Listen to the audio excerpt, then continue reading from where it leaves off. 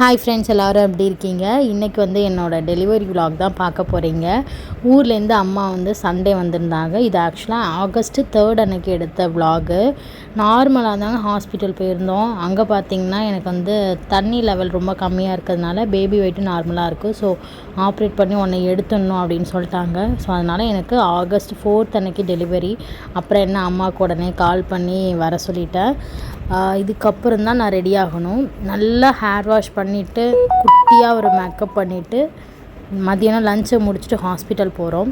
நல்ல நேரம் பார்த்து இதெல்லாம் போகிறது வந்து ஃபேமிலி இது எல்லாமே இருக்கும். ஸோ அதனால் 4 to 6 ராவுகாலம் அப்படிங்கிறதுனால 4 மணிக்கு முன்னாடியே வீட்டை விட்டு கிளம்பணும் அப்படின்னு சொல்லிட்டாங்க. அதனால் பார்த்திங்கன்னா கடகடன்னு குளிச்சுட்டு இன்றைக்கி லன்ச் எதுவுமே பண்ணல. சண்டே அப்படின்னால ஸ்பெஷலாக இருக்கும்.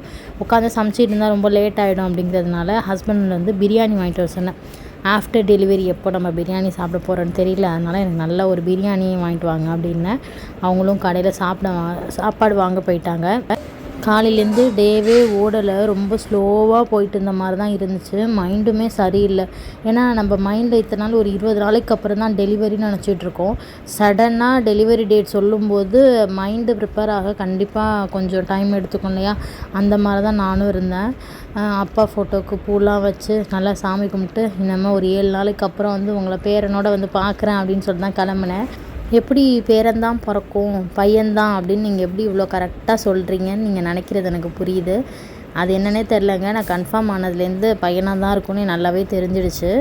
எல்லாருக்கும் ஒவ்வொரு வகையான ஒரு விருப்பங்கள் இருக்கும்ல, அது மாதிரி எனக்கு பையன்தான் ஆசையாக இருந்துச்சு. திரும்பவும் என் ஹஸ்பண்டுக்கு வந்து பார்த்திங்கன்னா 2 பேருமே நல்லா இருக்கணும், ஆரோக்கியமாக இருக்கணும்னு சொல்லிகிட்டே இருப்பார் எப்போ கேட்டாலும். ஆனால் அவருக்கு ஒரு வகையாக வந்து பொண்ணு வேணும்னு ஆசைப்பட்டு சொல்லுவார். பட் நான் வந்து அதெல்லாம் இல்லை, பையன்தான் அப்படின்னு சொல்லிகிட்டே இருந்தேன். எங்கள் அப்பா இறந்து ஒரு 5 நாளுக்கு அப்புறம் தான் நான் கிட்டு வாங்கி டெஸ்ட்டே பண்ணேன், கன்ஃபார்ம் ஆணுச்சு. பட் அதுக்கு முன்னாடி பார்த்திங்கன்னா ஃபார்ம் ஆகிடுச்சு, எனக்கு தெரியவே இல்லை. நிறைய டிப்ரெஷனாக இருந்ததுனால நாங்கள் செக் பண்ணி பார்க்கவும் இல்லை. அப்புறம் பேபி பிறந்து நிறைய விஷயங்கள் மிராக்கிளாக இருந்துச்சு. நான் நெக்ஸ்ட் வீடியோவில் ஷேர் பண்ணுறேன். ஸோ அதனால் நான் பையன்தான் அப்படின்னு நான் கன்ஃபார்மே பண்ணிட்டேன்.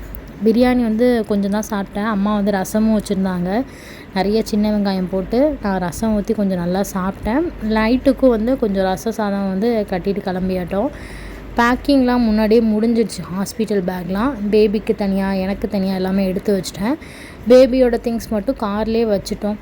நாளைக்கு எடுத்துகிட்டு வாங்க, டெலிவரி டைமில் என்னோடய திங்ஸ் மட்டும் நான் எடுத்துக்கிறேன் அப்படின்னு சொல்லிட்டு எல்லாத்தையுமே பேக் பண்ணிவிட்டு கிளம்பியாச்சு. என் பெரிய பையனை விட்டுட்டு வரத்துக்கு தான் எனக்கு மனசே இல்லை. ஃபஸ்ட் டைமாக நாங்கள் ஒரு 7 days நைட்டில் வந்து தனித்தனியாக ஸ்டே பண்ணியிருந்தோம். இத்தனை நாள் ஒரு நாள் கூட என்னை விட்டு அவன் இருந்ததே கிடையாது. எங்கள் அப்பாவுக்கு என் தங்கச்சிக்கெலாம் ஹாஸ்பிட்டலில் ஸ்டே பண்ணப்போ கூட அவன் வந்துடுவான் நைட்டு என் கூட தங்குறதுக்கு. அப்படி இருந்துட்டு இந்த 7 நாள் வந்து அவனை மிஸ் பண்ணது ரொம்ப கஷ்டமாக இருந்துச்சு. ஹாஸ்பிட்டலுக்கு உள்ளே வந்துட்டோம். மதியானம் நல்ல மழையெல்லாம் விட்டதுக்கப்புறம் தான் கிளம்புனோமே. எங்கே நீங்கள் டெலிவரி பார்த்தீங்க அப்படின்னு கேட்டிருந்தீங்க. வீட்டுக்கு பக்கத்துலேயே பார்த்தீங்கன்னா மெடிக்கல் காலேஜ் இருக்குங்க. ஸோ அங்கே தான் பார்த்தேன். ஃபஸ்ட் டெலிவரிக்கும் ஊரில் இருக்கிற மெடிக்கல் காலேஜ் பார்த்ததுனால எனக்கு மைண்ட் வந்து செட் ஆகிடுச்சு. ஸோ அதனால் மெடிக்கல் காலேஜ் போயிட்டோம்.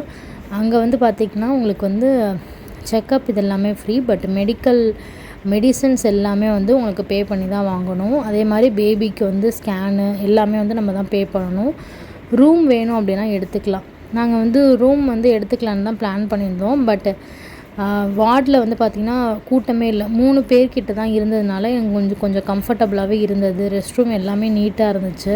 ஸோ அதனால் வந்து நாங்கள் ரூம் எடுத்துக்காமல் வார்ட்லேயே இருந்துட்டோம். நாங்கள் வந்து ரூம் எடுக்கலான்னு தான் பிளான் பண்ணியிருந்தோம். பட் அந்தளவுக்கு கூட்டம் இல்லாதனால எங்களுக்கு வார்டே கம்ஃபர்டபுளாக இருந்தது.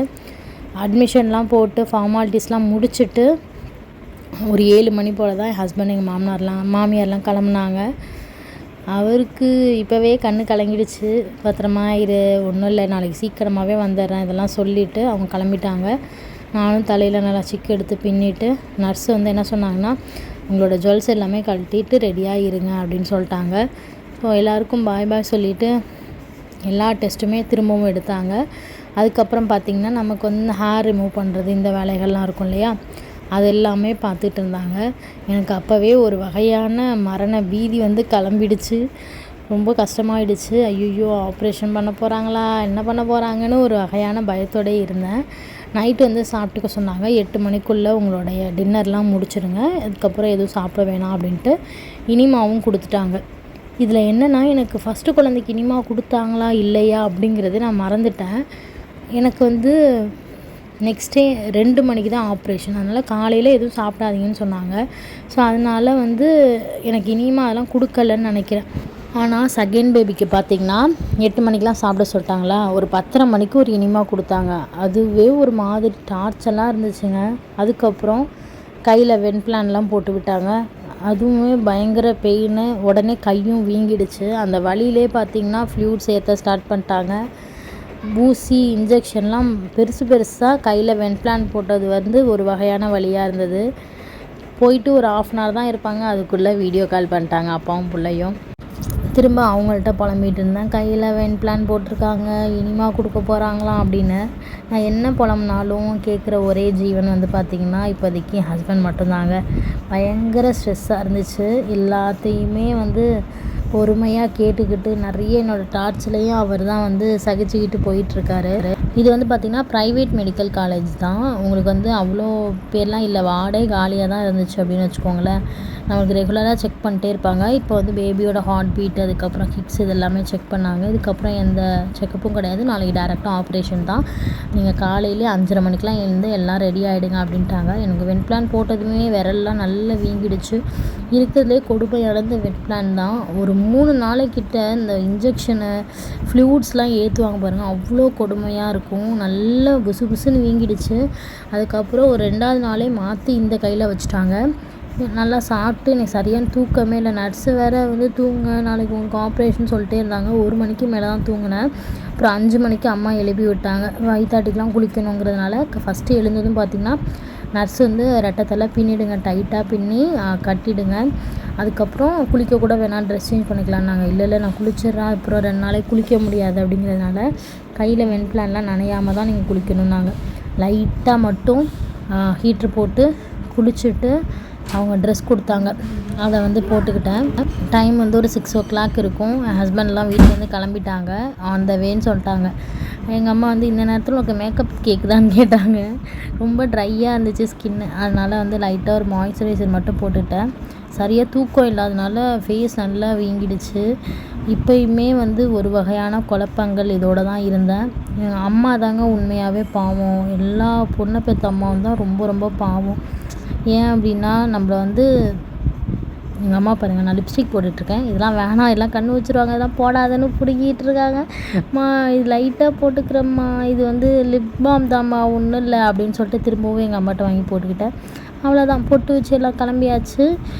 அப்புறம் ஒரு 7:30 8 o'clock இருக்கும். வீட்டிலேருந்து எல்லோரும் வந்தாங்க. எல்லோரையும் பார்த்துட்டு இப்போ வந்து பார்த்திங்கன்னா நான் ஆப்ரேஷன் தியேட்டருக்குள்ளே அழைச்சிட்டு போயிட்டாங்க. என் பையன் ஒரு பக்கம் நிற்கிறான். அவனை பார்த்தது ஒரு மாதிரி கஷ்டமாயிடுச்சு. நான் அழுகுறத பார்த்து எங்கள் அம்மா அழுகுறாங்க, என் ஹஸ்பண்ட் அழுகுறாங்க, என் பையன் அழுதான். உண்மையாகவே பொண்ணுங்களை பெற்ற அம்மா தான் ரொம்ப பாவம்.